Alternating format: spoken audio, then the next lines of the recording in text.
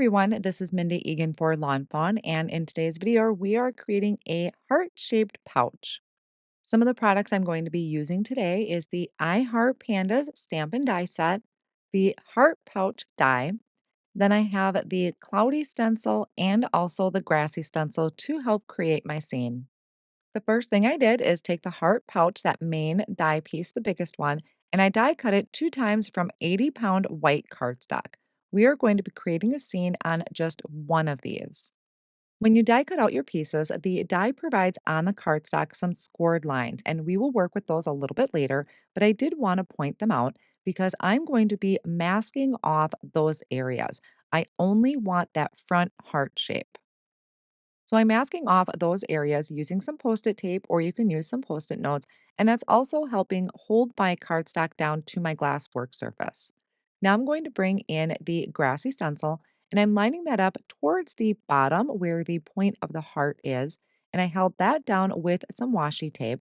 I'm going to start by ink blending some celery stick ink from Lawn Fawn. So this is a really nice kind of light green, and I'm using a blending brush to apply that color.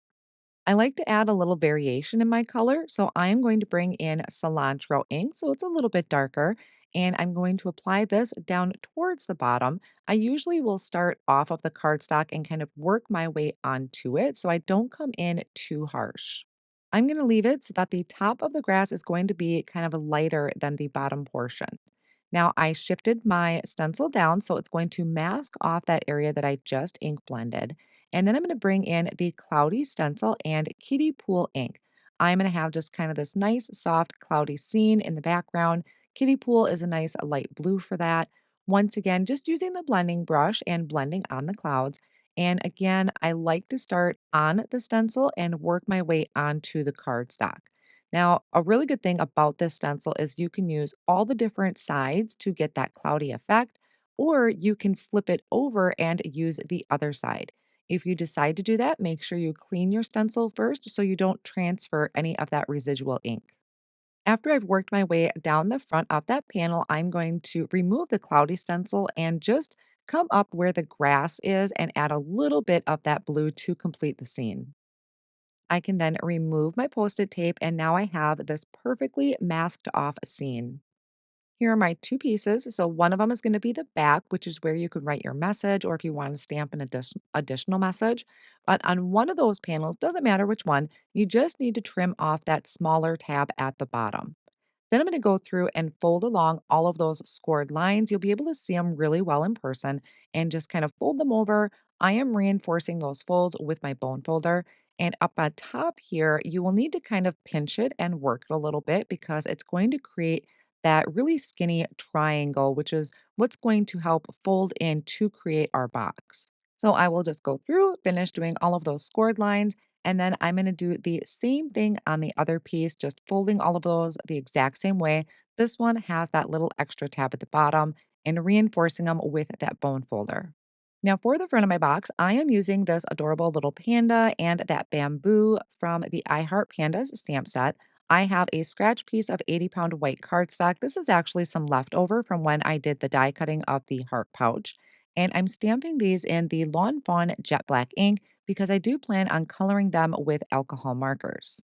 You can absolutely color these in with the coordinating stencil, but I thought I would dig out my markers for this. So I started with the panda, and on the right hand side, which is where I'm envisioning the shadow area to be, I used C2 and C0. But I do like to have a little bit more contrast when it comes to my shaded areas. So I brought in a little bit of C3 and then blended that out with the other two colors that I used. Then I'm going to do the bamboo. So there are sections on there, and I started my darkest area at the bottom of each of those sections. For this, I'm using YG67, YG17, and YG13. These are all Copic markers. And then I also went over and did that small bamboo piece that my panda is holding, and I used those same colors. For the leaves, I'm going to be using YG01 and YG06. I started with the lightest color, just coloring in those small areas, and then adding a little bit of that YG06, but again, it just wasn't a strong enough contrast for me. So I brought in that YG17 and just added a flick of that color. Then I have an R02 and added some rosy cheeks. And I forgot originally that I wanted to have 3 hearts on the front.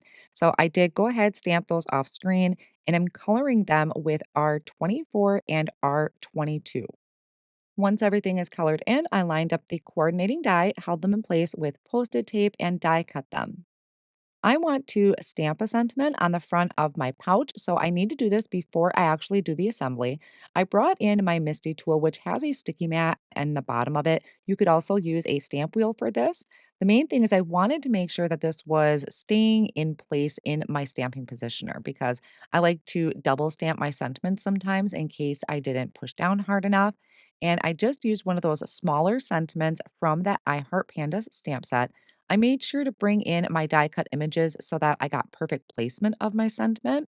And then once I did that, I can start building my scene. I started by adding that bamboo in there using a tape runner. And before I put my panda on, I added my white gel pen highlights. A lot of times I forget to do that till the end, and something is usually overlapping. So I'm trying to do this ahead of time. Now, the panda I did add with some foam squares and again added those white gel pen highlights to the black areas of the panda. Then I can do my hearts, which I am just using a tape runner for, but you could also use a liquid glue. And I love this little bit of the pop of red that it brings to the front of the card or the front of my treat box here. And I looked at them as like little embellishments. So that's why I did only three, as whenever I do embellishments, I work in odd numbers. So that is why you see three there. When it comes to the assembly of the box, I thought it was easiest to place it line up the two hearts like they would be if the box was put together. Once I had that lined up, I kind of just flipped that top piece over so my front of the pouch is facing my mat.